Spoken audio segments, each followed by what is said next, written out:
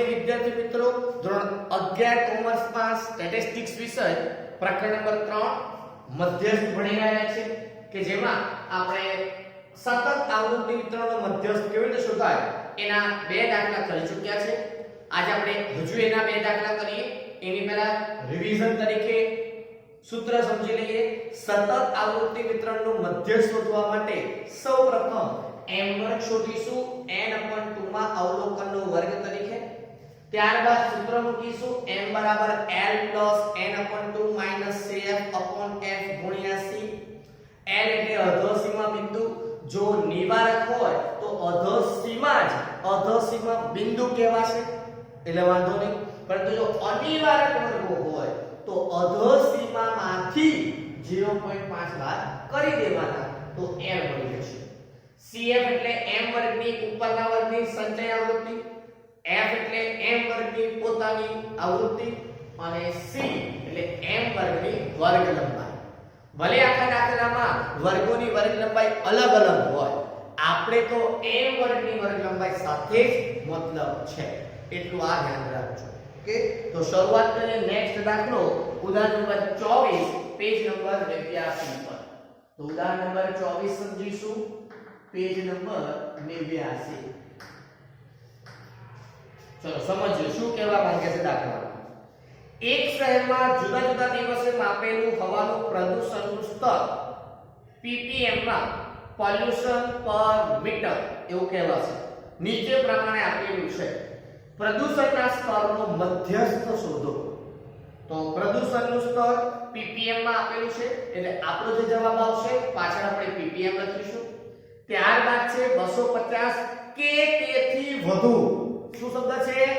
કે તેથી વધુ, બરાબર। હવે આ વસ્તુ કન્ટિન્યુ પડશે, જુઓ 270 કે તેથી વધુ, 290 કે તેથી વધુ, 310 કે તેથી વધુ, 320 કે તેથી વધુ, 330 કે તેથી વધુ અને 340 કે તેથી વધુ। એટલે કે આની પહેલાના ઉદાહરણ નંબર 23 માં આપણે સુધી શબ્દવાળો દાખલો કર્યો હતો, એટલે કે થી ઓછા, અને આમાં શું છે? થી વધુ। જુઓ બધામાં છે થી વધુ, થી વધુ, થી વધુ, તેથી વધુ, બરાબર। એટલે થી વધુ પ્રકારનો દાખલો છે। તો પહેલા થી વધુ પ્રકારના આવૃત્તિ વિતરણને મૂળ આવૃત્તિ વિતરણમાં ફેરવીશું। આવડે છે ને? હા। તો સૌથી પહેલા આપણે લખીશું પ્રદૂષણનું સ્તર। એટલે બીજું પ્રકરણ ખૂબ ધ્યાનમાં રાખીને ભણવું પડે, કારણ કે બીજા પ્રકરણમાં જ બધું ભણી રહ્યા છે। ચલો, પ્રદૂષણનું સ્તર, ત્યાર પછી છે દિવસોની સંખ્યા કે જેને આપણે આવૃત્તિ કહીશું F, અને આપણે બનાવીશું છેલ્લે શું? સંચયી આવૃત્તિ CF। હવે મૂળ આવૃત્તિ વિતરણમાં ફેરવવા માટે ધ્યાન શું રાખશો? ખ્યાલ છે? યાદ કરો। ચલો, આપેલી કિંમત કઈ કહેવાય? અધોસીમા કે ઉર્ધ્વસીમા? તો આ દાખલામાં ક્રોસ સમજાવ્યું હતું કે થી ઓછા હોય તો ઓછા એટલે અધો નહીં, ઉર્ધ્વસીમા કહેવાય। અહીં એવું જ છે, થી વધુ છે એટલે વધારે એટલે મોટી કિંમત, ઉર્ધ્વસીમા નો કહેવાય। શું કહેવાય? હા, અધોસીમા। તો આ બધી કિંમતો અધોસીમા તરીકે લખવાની છે, એટલે કે 250, પછી 270, 290, 310, પછી 320 થશે ને? હા, પછી 330 અને 340 બધી અધોસીમા છે। હવે ઉર્ધ્વસીમાનો વારો આવ્યો, કેવી રીતે ખબર છે ને? હા, અને એમ લઈ લેવાનું 270, પછી 290, 310, 320, 330, 340। હવે કાં તો તમે 350 લઈ શકો, બરાબર, પણ બીજું એવું પણ જોવા મળે છે કે વર્ગ લંબાઈ તો સરખી નથી। જો અહીંયા 20 20 ની વર્ગ લંબાઈ છે અને હવે અહીંયા 10 ની થઈ ગઈ શરૂ, એટલે હવે 10 ની હશે, 20 ની હશે કે પછી 30 ની પણ હોય, કાઈ નક્કી છે નહીં। એટલે આપણે લખીએ 340 કે તેથી વધુ, એટલે જેટલી હશે આમાં આવી જશે, બરાબર। હા, આવું કરી શકાય છે। ચાલો, ચિંતા ન કરો। ચલો, હવે આપણે આગળ લખીએ દિવસોની સંખ્યા। તો શું કરવાનું? મોટી કિંમતમાંથી નાની કિંમતમાં એટલે જમણી બાજુ માઈનસ એવું સમજાયું હતું શોર્ટકટમાં. તો 150 માંથી 133 બાદ કરવાના કેટલા આવશે 17. આ સમજજો, ધ્યાન રાખજો, વિડિયો ધ્યાનથી જુઓ ને તો જ ખબર પડશે. હા, પછી 133 માંથી 108 બાદ કરવાના 25. હવે એ બધી વસ્તુ કૌંસમાં ન લખાય, એ પ્રકરણ 2 માં લખાય. હવે પ્રકરણ 3 છે અને એટલે આ બધી વસ્તુ ન લખાય. તો જરા 25 કેવી રીતે આયા બતાવો ને, બ્રેકેટમાં નો બતાવાય હવે. અને હા, સમજી લેવાનું છે. ચલો એ રીતે હવે 108 માંથી 76 બાદ કરો. કેલ્ક્યુલેટર વાપરો એટલે ખબર 32. પછી 76 માંથી 41 બાદ કરો તો 35. પછી 41 માંથી 20 બાદ કરો કેટલા આયા 21. પછી 20 માંથી 7 બાદ કરો તો 13 થાય ને. અને 7 પછી કશું છે જ નહીં એટલે કશું બાદ નહીં કરવાનું, 7 એવા ને એવા લખી દેવાના, અથવા 7 માંથી 0 બાદ કરવાના એટલે 7 ના 7. હવે એમ સરવાળો કરી દેવાનો. કેટલો આવે કે આમ જો ખબર પડી જાય તો 150 આવે, કારણ કે શરૂઆત 150 થી થઈ હતી.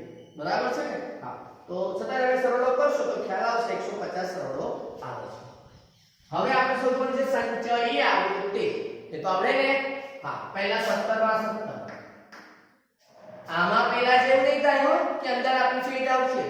થી ઓછામાં એવું થાય, થી વધુ એવું નહીં થાય. હા ચલો 17 + 25 42. હા 42 + 32 74.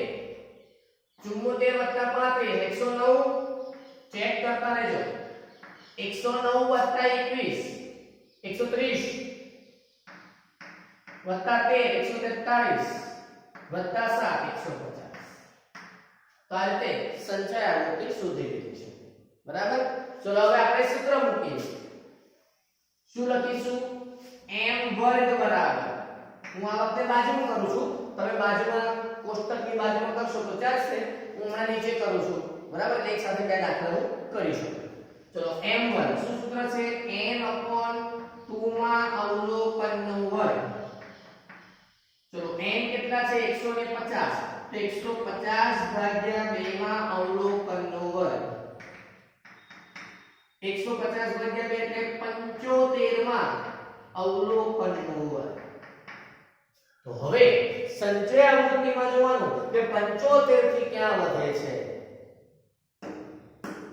74 છે, 75 તો લખીશ. 109 કેટલો છે? 310 થી 320. તો 310 થી 320 આ તો m² આવી ગયો. બરાબર. ત્યાર પછી શું કરવાનું? m² માટે ચાર કિંમતો લખવાની. એક n, cn, f અને c. l એટલે 310 થી 320 માં માઈનસ કરવાના 0.5 કે નહીં કરવાના? નહીં કરવાના સર, નિવારક છે. cf કયો છે? 310 થી 320 આવ્યો ને? હા. આની ઉપરના વર્ગની સંચય આવૃત્તિ 74. f પોતાની આવૃત્તિ 35 અને વર્ગ લંબાઈ અહીંથી જોઈ લેવાની 10 ની છે ને? ક્લિયર? તો હવે સૂત્ર મૂકવાનું છે. શું સૂત્ર છે? m બરાબર l n/2 - cf/f ગુણ્યા c. ચલો સૂત્ર મૂકો. n કેટલા? 310. n/2 ડાયરેક્ટ જ આવી ગયા ને? હા આ જ લઈ લેવાના 75. cf 74, f 35, c વર્ગ લંબાઈ 10. 310 + 1 ભાગ્યા 35 ગુણ્યા 10. કરો કેલ્ક્યુલેટરનો ઉપયોગ. 310 1 * 10 ભાગ્યા 35 કરશો એટલે જવાબ તમારો આવશે 0.2857. એટલે 28 પછી 5 નો છે એટલે આપણે 0.29 લઈ લઈએ તો ચાલે. એટલે 310.29 ppm પોલ્યુશન પર મીટર. બરાબર. એટલે 1 ચોરસ મીટરના ક્ષેત્રફળમાં કેટલું પ્રદૂષણ છે એ આના દ્વારા જાણી શકાશે. ક્લિયર? તો 310.29 ppm કહેવાશે. તો પ્રદૂષણના સ્તરનો મધ્યસ્થ આ રીતે આવશે. ક્લિયર? ચલો આ રીતે તમે હજુ એક એક્ઝામ્પલ કરાવી દો, પછી તમે દાખલા બાકીના છે એ તમે હોમવર્કમાં કરી શકો છો. તો જોઈએ,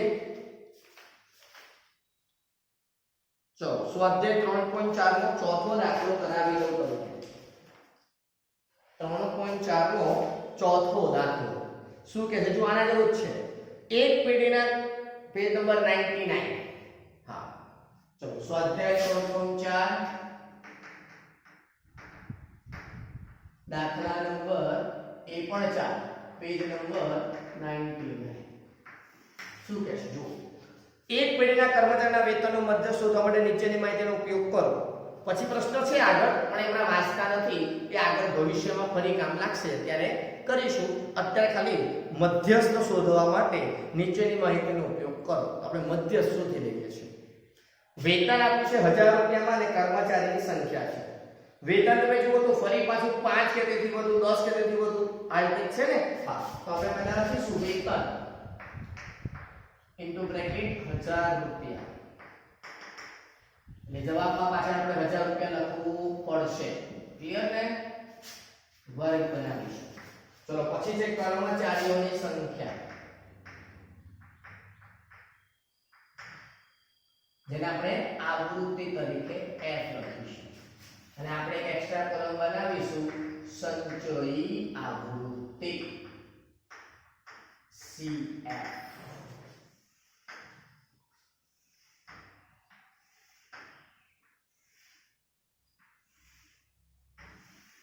ચલો હવે થી વધુ છે કે આપેલી કિંમત અધસીમા કહેવાય, એટલે બધા આગળ લખવાના છે અધસીમા તરીકે. 5 પછી 10 પછી 15, બહુ ઉતાવળ કરીને લખવાનું હો. 20 પછી 25 અને 30. કારણ કે ઘણી વખત વર્ગ લંબાઈ હવે અસમાન પણ આવી જાય. 320 છે, 310 થી 330 નથી, 320 આવી જાય. બરાબર ને? એટલે આ રીતે સમજીને લખવાનું, ખોટી ઉતાવળ નહીં કરવાની.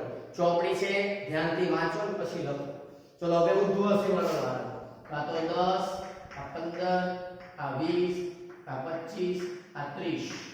હવે આખા દાખલામાં વર્ગ લંબાઈ એક સરખી છે, તો આપણે અહીંયા 30 થી વધુ પણ લખી શકીએ અને 30 થી 35 લખવું હોય તો ચાલે. 30 થી 35 લખશો તોય વાંધો નહીં, અને 30 કે તેથી વધુ લખી દેશો કે જેવું અંદર આપ્યું છે તો ચાલશે. બરાબર?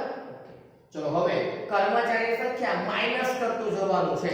હા, ધ્યાન રાખજો. 120 માઈનસ 117 એટલે કેટલા આવશે? 3. બરાબર? પછી 117 માઈનસ 106 એટલે આવશે 11.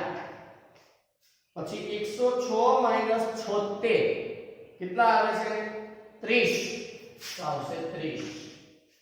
પછી 76 માઈનસ 31 કેટલા આવે? 45. 45 આવે છે ને? હા. પછી 31 માઈનસ 12 19 અને છેલ્લે 12 એમાંને 1. ચેક કરી લેજો જરા. કેલ્ક્યુલેટર વાપરી લેવાનું એકવાર, કોઈ જ વાંધો નથી. હવે એનો સરવાળો કરો એટલે ક્લિયર થઈ જશે.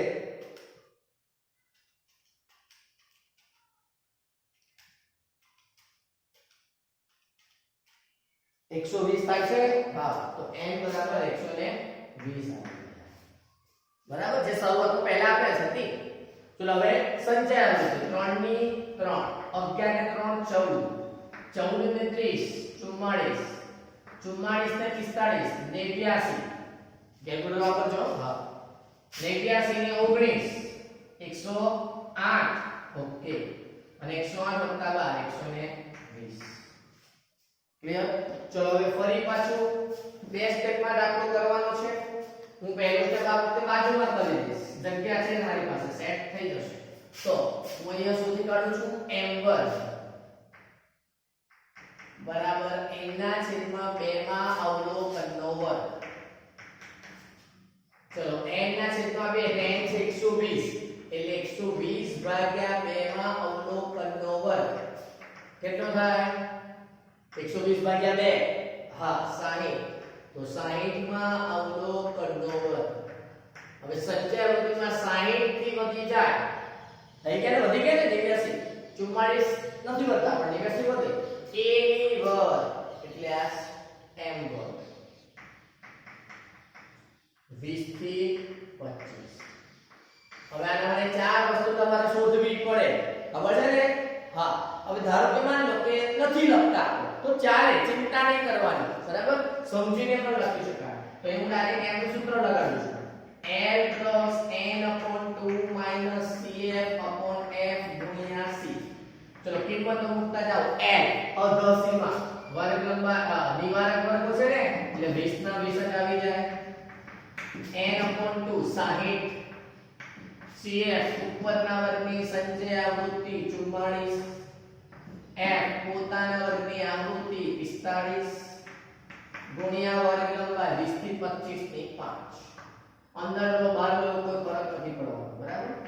તો 20 + 60 - 44 16 થાય છે ને? ચેક કરતા રહેજો તમે બધું. હવે ડાયરેક્ટ જ કરી દેવાનું, બરાબર છે? જવાબ આવશે 1.7777 એટલે આપણે 1.78 લખી દઈએ છે અને 20 + 1.78 એટલે 21.78.